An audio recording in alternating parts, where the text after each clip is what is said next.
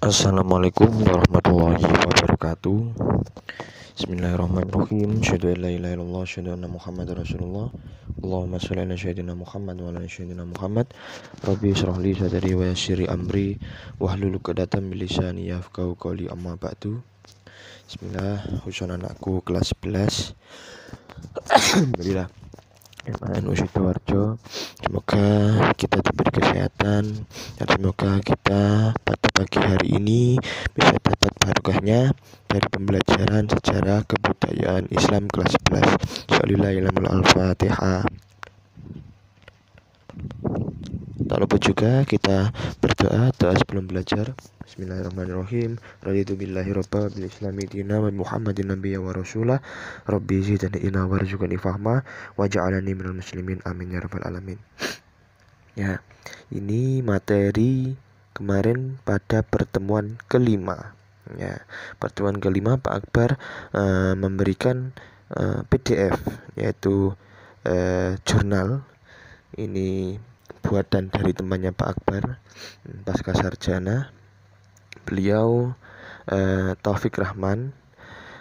Beliau kuliah di Universitas Islam Negeri Sumatera Utara atau disebut dengan UIN Sumatera Utara. Nah, ini di sini Pak Akbar menjelaskan apa yang Pak Akbar pahami tentang dinasti Umayyah.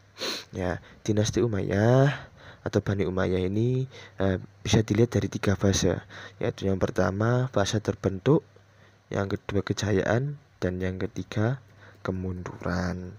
Ya, di sini pendahuluan terlebih dahulu atau yang melatar belakangi proses berdirinya dinasti Umayyah. Ada 3 fase kan tadi. Ya, di sini pendahuluan. Dinasti Umayyah yang berpusat di Damaskus mulai terbentuk sejak terjadinya peristiwa Tahkim pada perang Siffin. Perang yang dimaksudkan untuk menuntut balas atas kematian Khalifah Utsman bin Affan. Semula akan dimenangkan oleh pihak Ali, tapi melihat gelagat kelemahan itu, Muawiyah segera mengajukan usul kepada pihak Ali untuk kembali kepada hukum Allah.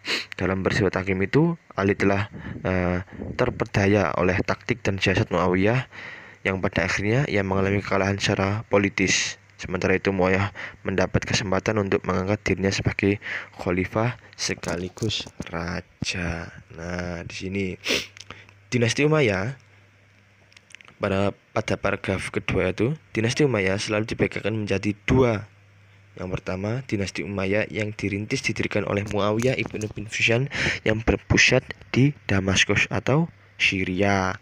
Fase ini berlangsung sekitar 1 abad, sekitar berapa? 90 tahun, dan mengubah sistem pemerintahan dari sistem khalifah kepada sistem memelakat atau disebut dengan sistem monarki, hereditas kerajaan. Yang kedua yaitu dinasti Umayyah di Andalusia, Spanyol. Ini sudah saya sebutkan semuanya. Yang di Damaskus sudah saya terangkan, yang di Andalusia sampai ke Spanyol sudah saya terangkan. Siapa yang menaklukkan Spanyol pada saat itu? Yaitu salah satu gubernur pada zamannya, yaitu Walid bin Abdul Malik. Jadi salah satu khalifah yang sangat terkenal pada masa dinasti Umayyah sampai ke Andalusia, Spanyol. Kemudian kerajaan dinasti Umayyah itu terpisah, yaitu dinasti Bani Abbas setelah berhasil menaklukkan Bani Umayyah di Damaskus. Ya, jika melihat dinasti Umayyah secara khusus yang berpusat di Damaskus, maka perlu untuk memberikan perspektif secara utuh dari mulai awal terbentuknya, termasuk sekilas tentang di masa para Nabi Shallallahu Alaihi Wasallam. Ya, dari hasil pembahasannya masuk ke pembahasan sejarah berdirinya dinasti Umayyah ini, review kembali di akhir masa pemerintahan Ali bin Abi Thalib, yaitu umat Islam mulai bergejolak dan muncul menjadi 3 kekuatan politik yang dominan di kala itu, yaitu Syiah, yaitu pengikut Ali. Syiah itu di pertemuan kedua sudah saya jelaskan. Syiah itu apa? Yaitu pengikut Ali. Muawiyah itu yang ketiga, Khawarij. Nah, keadaan ini tentunya tidak menguntungkan bagi Ali akibat posisi Ali semakin lemah sementara posisi Muawiyah semakin kuat. Pada tahun 40 Hijriah atau 660 Masehi, Ali terbunuh oleh salah seorang anggota Khawarij, yaitu siapa? Dicari Siapa? Ayo, pembunuh Ali siapa? Itu tugas kalian. Nanti UTS juga keluar itu. Setelah Ali bin Abi Thalib meninggal, kedudukannya sebagai khalifah dijabat oleh anaknya, yaitu Hasan. Namun karena penduduk Kufah tidak mendukung seperti sikap mereka terhadap ayahnya, maka Hasan semakin lemah, sementara Muawiyah semakin kuat. Nah, maka Hasan mengadakan perjanjian damai dengan Muawiyah dengan menanggalkan jabatan khalifah untuk Muawiyah pada tahun 41 Hijriah. Cukup berselang waktunya sangat singkat sekali. Ya, terjadi penumpahan darah yang sia-sia, yaitu perjanjian yang dapat mempersatukan umat Islam dalam satu kepemimpinan politik, yakni di bawah kepemimpinan Muawiyah bin Abi Sufyan. Nah, ini tahun tersebut dalam sejarah dikenal dengan tahun Al-Jamaah atau tahun persatuan, tahun bergabung, sebagai tanda bahwa umat Islam telah menyepakati secara aklamasi mempunyai hanya satu orang khalifah, yaitu seorang pemimpin, hanya satu, tidak boleh dua, tidak boleh tiga, dan sebagainya, hanya satu khalifah di masa tersebut. Di sisi lain, penyerahan tersebut menjadikan Muawiyah sebagai penguasa absolut dalam Islam. Dengan demikian, maka berakhirlah apa yang disebut dengan masa Khulafaur Rasyidin. Nah, itu berakhirnya masa Khulafaur Rasyidin. Lengser, kemudian digantikan oleh dinasti Umayyah, untuk Bani Umayyah. Ya, sistemnya dinasti Umayyah ini yaitu sistem monarki atau hereditas, yaitu sistem yang bersifat keturunan. Nah, di sini dinasti Bani Umayyah merupakan pemerintahan kaum muslimin yang berkembang setelah masa Khulafaur Rasyidin. Ya, perlu diperhatikan itu, yang dimulai pada tahun 41 Hijriah atau 661 Masehi. Dinasti Umayyah didirikan oleh Muawiyah bin Abi Sufyan bin Harb. Bin Harb ini bapaknya. Nama dinasti Umayyah dinisbatkan kepada Umayyah bin Abdul Sufyan bin Abdul Manaf, silsilahnya keturunan Muawiyah bin Abi Sufyan. Itu sudah saya jelaskan pada pertemuan ke-1. Next. Ya.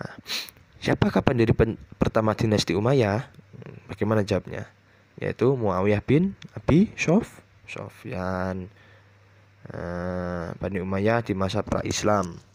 Di masa pra-Islam, sebagai suku Quraisy, Bani Umayyah dan Bani Hashim selalu bersaing untuk menduduki kursi pimpinan. Bani Umayyah lebih berperan dalam bidang pemerintahan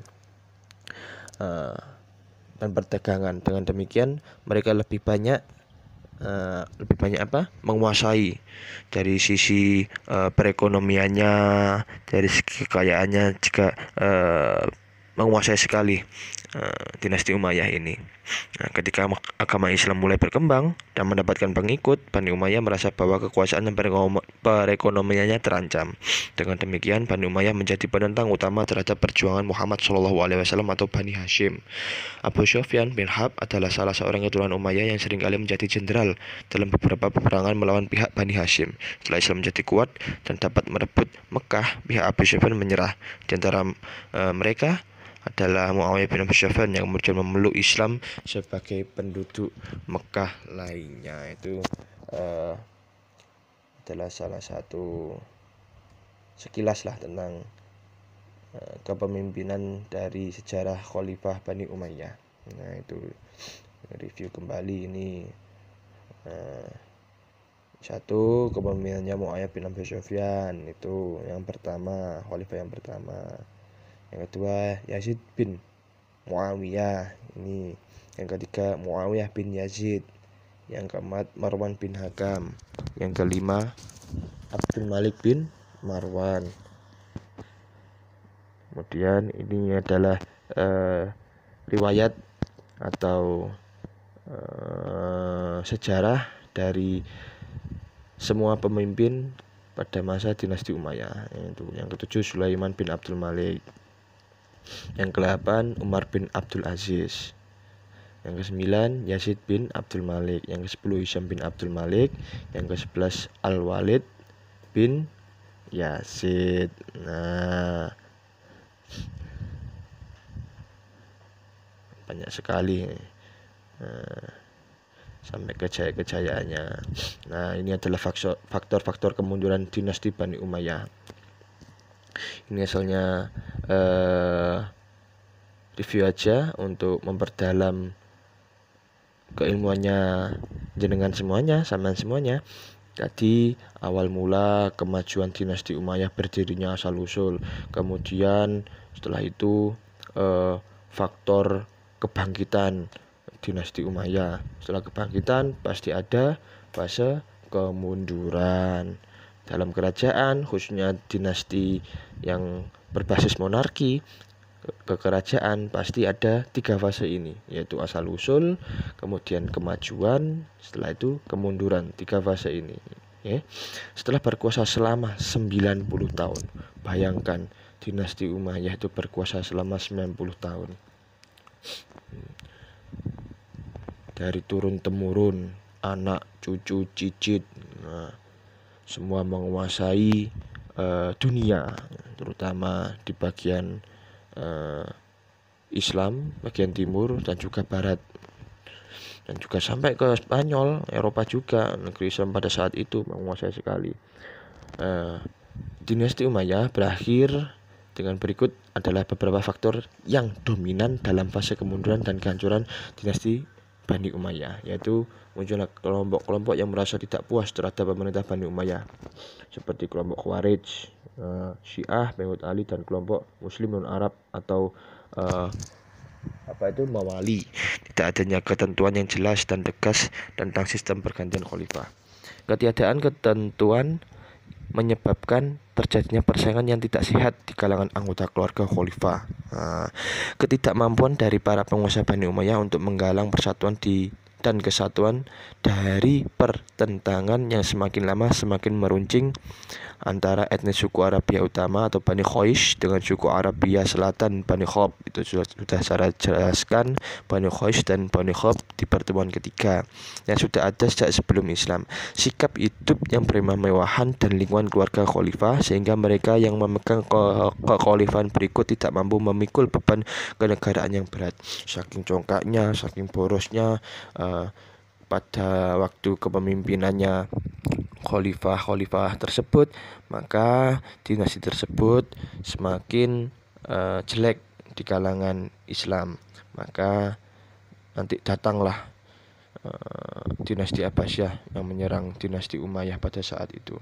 Ya, ini muncul kekuatan baru yang dipelopori oleh keturunan Al-Abbas bin Abdul Muthalib sebagai saingan Bani Umayyah dalam kekhalifahan. Ya, ini kesimpulannya dari materi kali ini.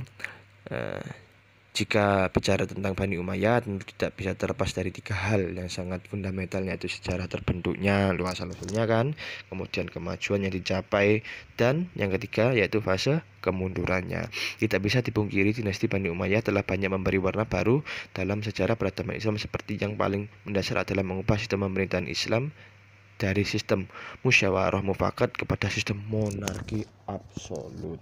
Nah, ini sekian pembelajaran pada kali ini, semoga bermanfaat. Jangan lupa untuk mengerjakan tugas-tugasnya. Sekian, terima kasih. Wassalamualaikum warahmatullahi wabarakatuh.